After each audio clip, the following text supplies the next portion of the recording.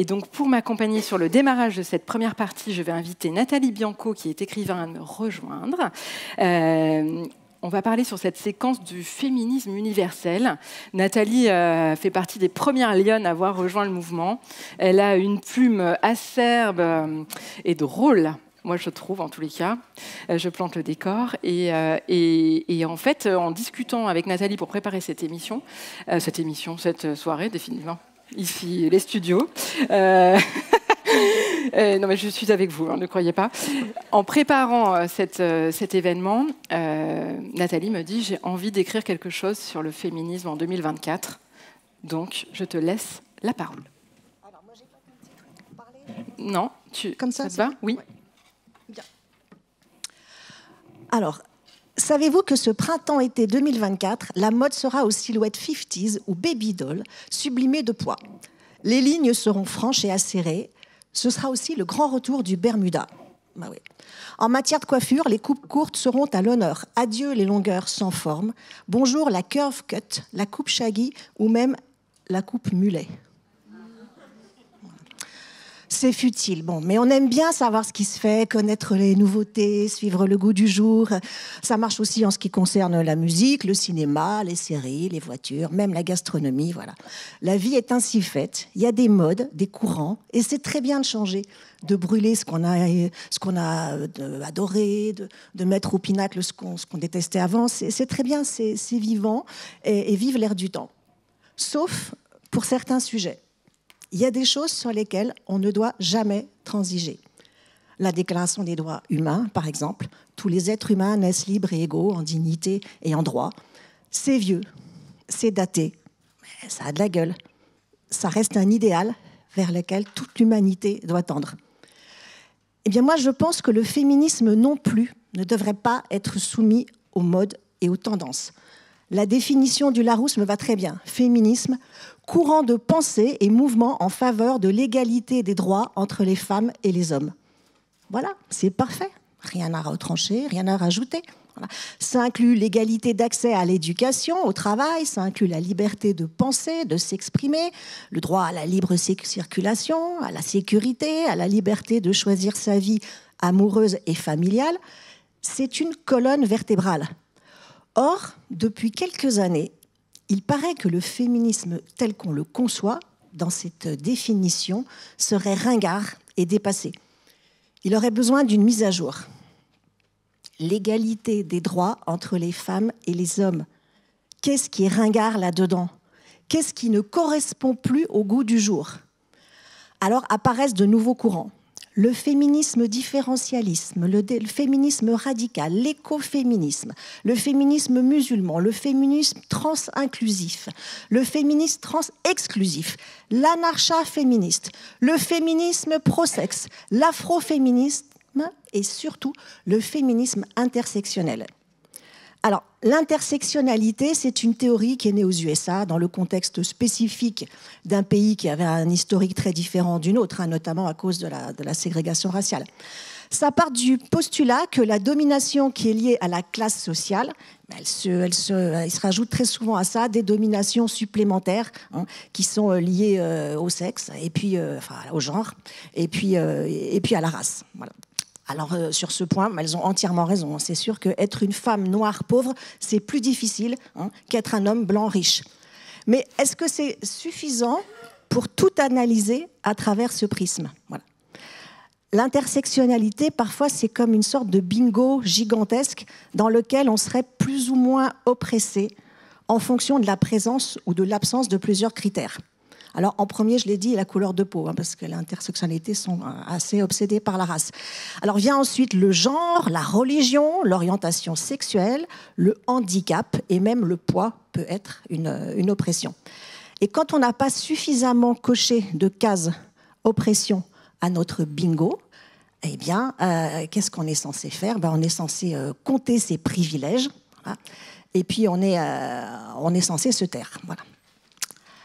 Alors pourtant, moi je pense que les choses sont un peu plus complexes et nuancées et qu'on ne peut pas toujours catégoriser comme ça et morceler les gens. Voilà. Par exemple, est-ce qu'une hétérosexuelle noire et mince subit plus ou moins de discrimination qu'une lesbienne blanche et obèse? Est-ce qu'on considère que les différences salariales concernant les femmes d'origine asiatique en fauteuil roulant sont moins significatives que celles concernant les femmes d'origine maghrébine voilées et valides? Que fait-on des musulmanes non voilées, des métisses, des bisexuels, de celles qui ont un handicap invisible? Que fait-on des agnostiques? Rajoutons ou soustrait-on des demi-points de privilèges ou d'oppression? Vous avez mal à la tête? Moi aussi. Parce que quand on joue au bingo des oppressions, avec plein de critères qui se superposent, se croisent à un moment ou à un autre, on est obligé de faire un tri, de les hiérarchiser et de pratiquer une forme de relativisme culturel. On décide qu'il y a des oppressions qui seraient plus ou moins acceptables selon les contextes culturels et religieux et que surtout, nous n'aurions pas le droit de porter un jugement dessus parce que nous ne serions pas concernés. En d'autres termes, une personne peut s'exprimer uniquement sur ce qu'elle a elle-même expérimenté ou sur ce qui relève de sa communauté. Donc, du point de vue de ce féminisme intersectionnel, si on dénonce des cultures qui sont plus violemment patriarcales que d'autres, c'est perçu comme une forme de racisme, un vieux réflexe colonialiste. Et on nous sort désormais le fameux slogan « Remballe ton féminisme blanc », qui a sûrement été brandi cet après-midi dans les manifestations. On nous dit « Mais de quel droit décrétez-vous qu'il y aurait des pratiques à combattre ? Au nom de quoi voulez-vous imposer votre idéal d'émancipation des femmes ?» Au nom de quoi ? Au nom de ce bon vieux truc intemporel qu'on appelle l'universalisme. Voilà. Le féminisme universaliste de celles qui se sont battues avant nous, celui de Simone Veil, d'Elisabeth Badinter, de Gisèle Halimi et de plein d'autres. Voilà. En plus, ce féminisme universaliste est très pratique parce que contrairement au bingo des oppressions, il ne donne pas de mots de tête. Il est limpide. On pourrait en résumer les principes en une phrase. Ce qui est bon pour ma fille est bon pour toutes les autres filles. Eh oui. Moi, je n'ai pas fait l'expérience à titre personnel, je n'ai pas vécu ça dans mes traditions ou dans ma culture, mais instinctivement, je sens que ce ne serait pas une bonne chose que ma fille soit mariée de force et qu'on lui coupe le clitoris. Et si je le refuse pour moi et pour elle, je le refuse aussi farouchement pour toutes les femmes du monde. Je souhaite à ma fille de pouvoir vivre en sécurité, de pouvoir travailler, aimer qui elle veut, comme elle le veut, d'avoir des enfants si elle le veut. Je lui souhaite d'avoir les mêmes droits que ses frères. Et par conséquent, je souhaite la même chose à toutes les filles du monde. Alors c'est vrai, malheureusement, l'Occident est loin d'être exemplaire en matière de droits des femmes. En France, les langues se délient peu à peu dans tous les milieux concernant les agressions sexuelles, les viols. C'est pas reluisant. Voilà. On pourrait parler aussi des États-Unis, où les cliniques pratiquant l'avortement disparaissent comme des peaux de chagrin. On pourrait parler de la Russie, où depuis 2017, une loi favorise la dépénalisation des violences domestiques si elles n'ont pas de séquelles graves. Voilà. On a déjà tant de choses à faire ici, à notre porte, bien sûr. Mais n'oublions pas qu'il y a des pays où une femme ne peut hériter que de la moitié de ce qu'hérite un homme.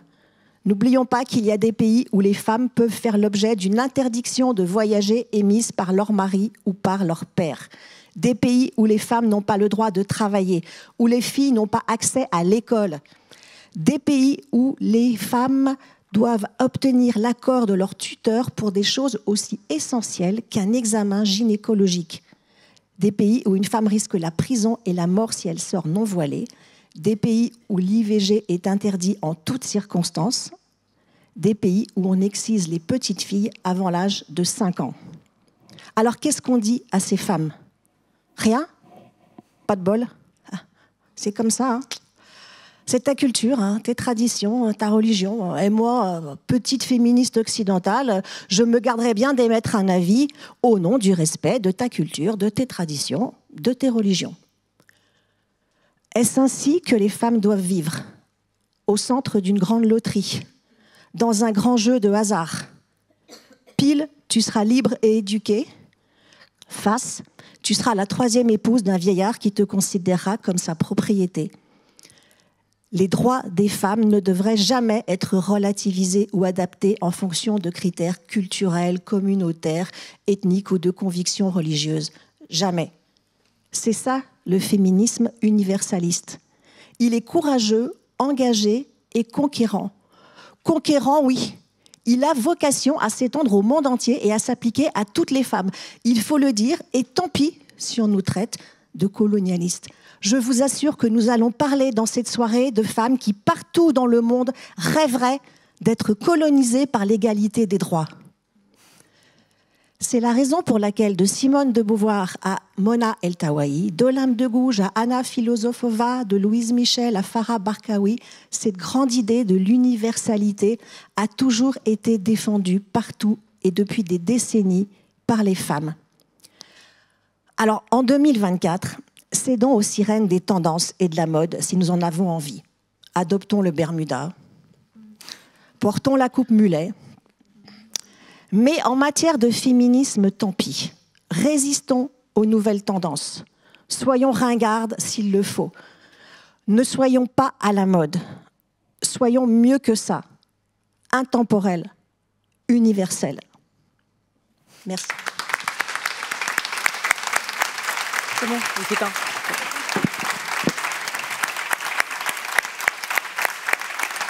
Merci beaucoup, Nathalie.